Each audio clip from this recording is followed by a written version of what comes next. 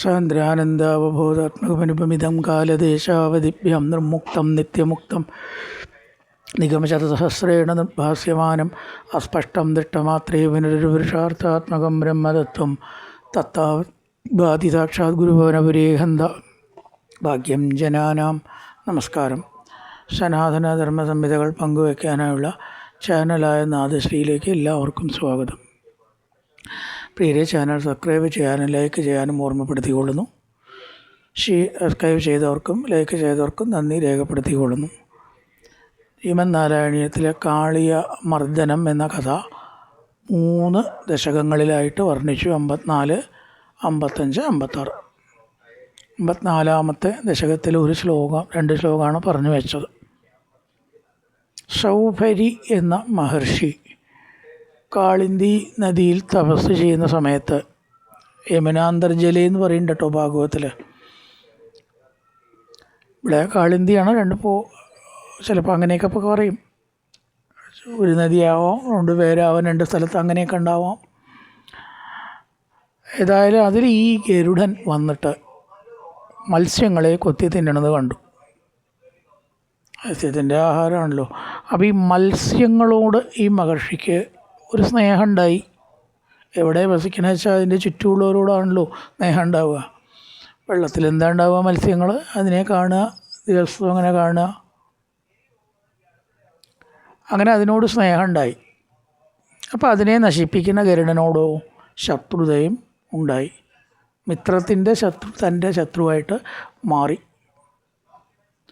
അപ്പം അവിടെ ഇനി ഈ മത്സ്യങ്ങളെ ഗരുഡൻ കൊന്നു തിന്നുന്നതായാൽ ഗരുഡൻ ചത്തുപോവും, തല പൊട്ടിത്തെറിയും, തൽക്ഷണം ജീവിതം പോവും എന്ന് മഹർഷി ശപിച്ചു.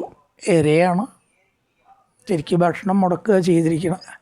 ഈ പറയണ തസ്മിൻ കാലേ കാളിയക്ഷേളദർപ്പാർ സർപ്പാരാധേ കൽപ്പിതം ഭാഗമശ്നൻ തേന ക്രോധാത്യുത്പദം ഭോജഭാജ പക്ഷിത്തദുരാപം പയോഗാൻ. ഗരുഡന് വന്നുകൂടാതെ മുടക്കപ്പെട്ട കാളിന്തി നദിയിലാണ് കാളിയൻ താമസമാക്കിയത്. കാളിയ ക്ഷേളദർപ്പാത്, അഹങ്കരിച്ച് തൻ്റെ കയ്യിൽ കിട്ടിയ ഒരാളും ജീവിക്കില്ല, ബാക്കിയുണ്ടാവില്ല എന്ന അഹങ്കാരം കൊണ്ട് സർപ്പാരാധേ കൽപ്പിതം ഭാഗമശ്നൻ. ഗരുഡന് ഒരിക്കൽ ഈ പാമ്പുകൾ സമർപ്പിച്ചതായിട്ടുള്ള ബലി കാളിയൻ പോയിട്ട് ഭക്ഷിച്ചു. അതിന് കാരണം എന്താണെന്ന് ചോദിച്ചാൽ, ഈ പാമ്പുകളെ ഗരുഡൻ ഇങ്ങനെ നശിപ്പിക്കുമ്പോൾ പാമ്പുകൾക്ക് ഒരു ഭയം, അവരുടെ വംശനാശം വരുമോ. അപ്പോൾ അവരെല്ലാവരും കൂടി ഒരു യോഗം കൂടിയിട്ടൊരു തീരുമാനമെടുത്തു.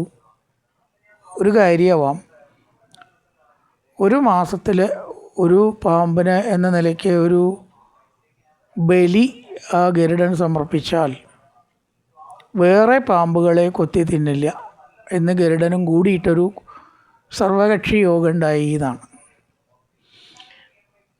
ഈ വ്യവസ്ഥ പാമ്പുകൾ മുന്നോട്ട് വെച്ചു. ഒരു പാമ്പ് 1 മാസം എന്ന നിലയ്ക്ക് കുറേ ദിവസം വേറെ എന്തിനേലും ഗരുഡന് ഭക്ഷിക്കാമല്ലോ, പാമ്പിനെ മാത്രമേ പറ്റുള്ളൂ എന്നില്ല.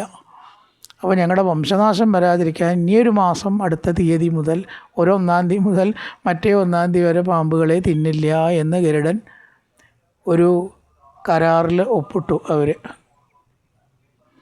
അങ്ങനെ ഗരുഡൻ എല്ലാ മാസവും ഓരോ പാമ്പിനെ ബലി കൊടുക്കുമ്പോൾ ഒരിക്കൽ കാളിയൻ ഈ തീരുമാനം തനിക്ക് ബാധകമല്ല എന്നുള്ള നിലയിൽ ഗരുഡന് നീക്കി വെച്ച ഭാഗമായ ഒരു പാമ്പ് അതിനെ പോയിട്ടാണ് ഭക്ഷിച്ചു.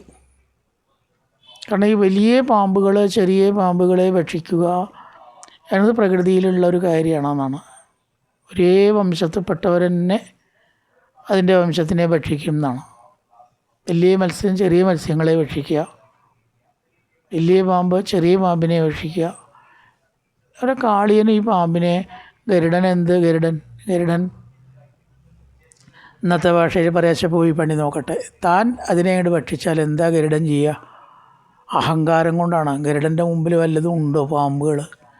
അത് ചിന്തിക്കാതെ തനിക്ക് വരാൻ പോകുന്ന ആപത്തിനെ ചിന്തിക്കാതെ ക്ഷേളദർപ്പാത് അഹങ്കാരം കൊണ്ട് സർപ്പാരാതേ സർപ്പാരി സർപ്പത്തിൻ്റെ ശത്രു ഗരുഡന് കൽപ്പിതം ഭാഗം അശ്നൻ കൽപ്പിക്കപ്പെട്ട ഭാഗത്തെ ഭക്ഷിച്ചു. അശ്നൻ എന്ന് പറഞ്ഞാൽ ഭക്ഷിച്ചു.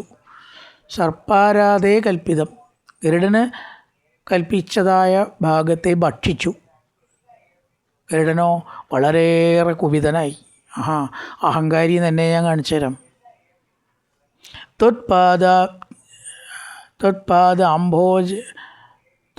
പാദാംബോജഭാജ തേന ക്രോധാത് പക്ഷക്ഷിപ്ത. ഗരുഡൻ്റെ ചിറക് കൊണ്ടങ്ങനെ അട്ടിക്കാൻ തുടങ്ങി ഈ കാളിയനെ. അഹങ്കാരി നീ എനിക്ക് വെച്ച ബലിയെ ഭക്ഷിക്കാറായോ എന്ന് ചോദിച്ചു ചിറകുകൊണ്ട് അടിക്കാൻ നോക്കി. ത്വത്പാദാംബോജഭാജാതേന. ആ ഗരുഡന് ശക്തി ഉണ്ടാവാൻ കാരണം ഭഗവത് പാദത്തെ ആശ്രയിച്ചവനാണ്. ഭഗവാന്റെ വാഹനമാണ്. ഭഗവാൻ മനസ്സിൽ ചിന്തിച്ചാൽ അവിടെ എത്തുന്ന ഭക്തനാണ്. അപ്പം അങ്ങനത്തെ ഈ വാഹനത്തോടൊരു സ്നേഹം ഭഗവാനുണ്ടാവുമല്ലോ. അപ്പോൾ ആ ഭഗവാന്റെ അനുഗ്രഹശക്തി കൊണ്ട് കാളിയനെ ചിറകുകൊണ്ട് പക്ഷക്ഷിപ്പത, പക്ഷം പറഞ്ഞ ചിറക്, അടിച്ച് ദ്രോഹിക്കാൻ തുടങ്ങി. കാളിയനെ ഓടല്ലാണ്ട് ഒരു വഴിയും ഇല്ല മുമ്പിൽ. തത് ദുരാപം പയ ആഘാത്. എവിടെയൊക്കെ ഈ കാളിയൻ ഓടിയോ അവിടെ ഒക്കെ ഈ ഗരുഡനെത്തി. ഇനിയിപ്പോൾ എന്താ ചെയ്യുക? ഗരുഡനെത്തിക്കൂടാത്ത ഒരു സ്ഥലം കാണണം. അതാണ് ബാലികേറാമല പോലെ കാളിന്തി നദി. അവിടെ ഗരുഡൻ വന്നാൽ മരിക്കുമെന്ന് സൗകര്യ മഹർഷി ശപിച്ചിട്ടുണ്ട്. മത്സ്യങ്ങളെ കൊത്തി തിന്നണത് കണ്ടിട്ടേ. അതറിഞ്ഞിട്ട് കാളിയൻ എന്ത് ചെയ്തു? കാളിന്തി നദിയിൽ അഭയം തേടി. തത് ദുരാപം, തത് എന്ന് പറഞ്ഞാൽ അവന ഗരുഡന് പ്രവേശിച്ചു കൂടാത്തതായ ദുരാപം, പയ ആഘാത് വെള്ളത്തിൽ അഭയം തേടി. ആഘാത് അവിടെ എത്തി. ഇനി എന്തായാലും ഗരുഡന് ഇവിടെ വരാൻ പറ്റില്ല. സ്വന്തം ജീവിതം നശിപ്പിച്ചിട്ട് ആരെങ്കിലും വേറെ ആളെ ഉപദ്രവിക്കാൻ നോക്കുമോ? അങ്ങനത്തെ കൈമന്മാരും കേട്ടോ. രണ്ട് കണ്ണും പോയാലും മറ്റൊരുത്തൻ്റെ ഒന്നെങ്കിലും പോണേ. എന്തായാലും ഗരുഡൻ അതിൽ പെട്ട ആളല്ല. അതുകൊണ്ട് എന്ത് ചെയ്തില്ല? കാളിന്തി നദിയിലേക്ക് വന്നില്ല. തസ്മിൻ കാലേ കാളിയ ക്ഷേളദർപ്പാത്. അഹങ്കാരം കൊണ്ട്, ക്ഷേളം വിഷം, വിഷാഹങ്കാരം കൊണ്ട് സർപ്പാരാധേ കൽപ്പിതം ഭാഗമശ്നൻ. സർപ്പാരാധി ഗരുഡൻ കൽപ്പിക്കപ്പെട്ടതായ ബലിയെ മാസം തോറും കൊടുക്കാം എന്ന് പറഞ്ഞ വംശരക്ഷണത്തിന് വേണ്ടി ഏർപ്പെട്ടതായ കരാറാണത്. അങ്ങനെ നീക്കി വയ്ക്കപ്പെട്ട ഗരുഡൻ്റെ ഭാഗത്തെ ഭക്ഷിച്ചു. അശ്നൻ, ഭാഗമശ്നൻ, ഗരുഡൻ്റെ ഭാഗത്തെ ഭക്ഷിച്ചു. ദേഷ്യം വന്നു. തേന ക്രോധാത്പദാംബോജഭാജ. സദാ ഭഗവാൻ വിളിച്ചാൽ അപ്പോൾ അവിടെ എത്തുന്നതായ വിഷ്ണുഭക്തനായ ഗരുഡൻ ദേഷ്യം വന്നു.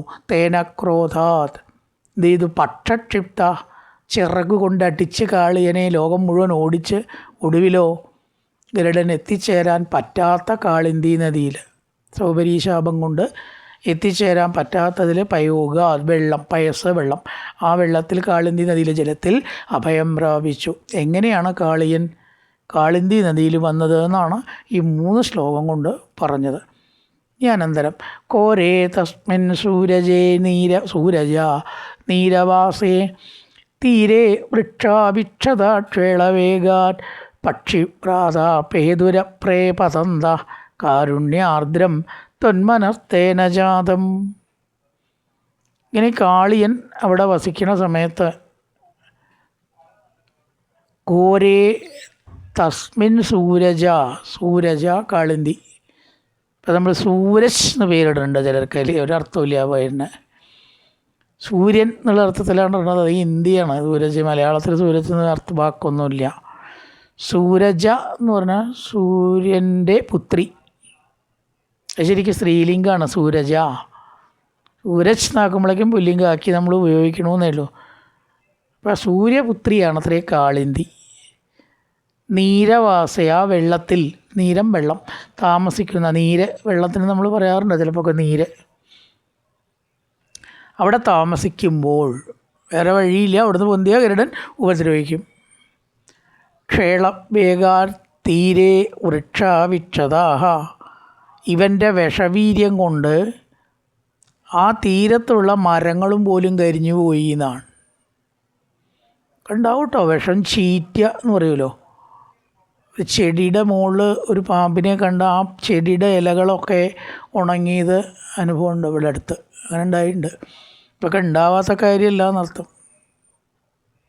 ആ വിഷത്തിൻ്റെ ശക്തി കൊണ്ടും വിഷജ്വാലയുടെ തീക്ഷ്ണത കൊണ്ടും ചെടികളൊക്കെ ഉണങ്ങുക, അങ്ങനെയുള്ള ചുറ്റുപാടുമുള്ള മാറ്റങ്ങളൊക്കെ ഉണ്ടാവും, പ്രത്യാഘാതങ്ങൾ. അപ്പോൾ ഇവിടെ ക്ഷേളവേഗാൽ, വിഷശക്തിയാൽ, വേഗം എന്ന് പറഞ്ഞാൽ ശക്തി, അതിൻ്റെ ശക്തി കൊണ്ട് തീരെ വൃക്ഷാവിക്ഷത, വൃക്ഷങ്ങൾ ഉണങ്ങി. അബ്രേ പതന്ത പക്ഷിവ്രാത പേതു, പറവകളോ ആകാശത്ത് കൂടെ പോകുമ്പോൾ ഇതിൻ്റെ വീര്യം കൊണ്ട് ചത്ത് വീണു വെള്ളത്തിൽ, കിളുന്ന് വെള്ളത്തിലുണ്ട് വീഴുക. അത് ജ്വാലയാണ്, വിഷജ്വാലയാണ്. അപ്പം ഭഗവാനോ ത്വേന ത്വന്മനത്കാരുണ്യാർദ്രം ജാതം, ഭഗവാന് കാരുണ്യം ഉണ്ടായി. അങ്ങനെയാണെങ്കിൽ ഇവൻ്റെ ഈ അഹങ്കാരം തീർത്തിട്ട് തന്നെ വേറെ കാര്യം. പാവങ്ങളായിട്ടുള്ള പക്ഷിജാലങ്ങൾ, ഗോപന്മാർ, ഇവരൊക്കെ ഗോപന്മാരും വെള്ളം കുടിച്ച് മരിച്ചു എന്നാണ് പറയണം. അപ്പോൾ ഇങ്ങനെ നിരവധി ജീവഹാനി വരുത്തുന്ന ഇവൻ്റെ ദുഷ്ടപ്രവൃത്തിയെ, ദുഷ്ടത്തരത്തെ അവസാനിപ്പിക്കണം എന്ന് ഭഗവാൻ നിശ്ചയിച്ചു. കാരുണ്യാർദ്രം ത്വന്മനസ്തേന ജാതം. നല്ലൊരു പ്രഭാതം എല്ലാവർക്കും ആശംസിച്ചുകൊണ്ട് നിർത്തുന്നു. നമസ്കാരം.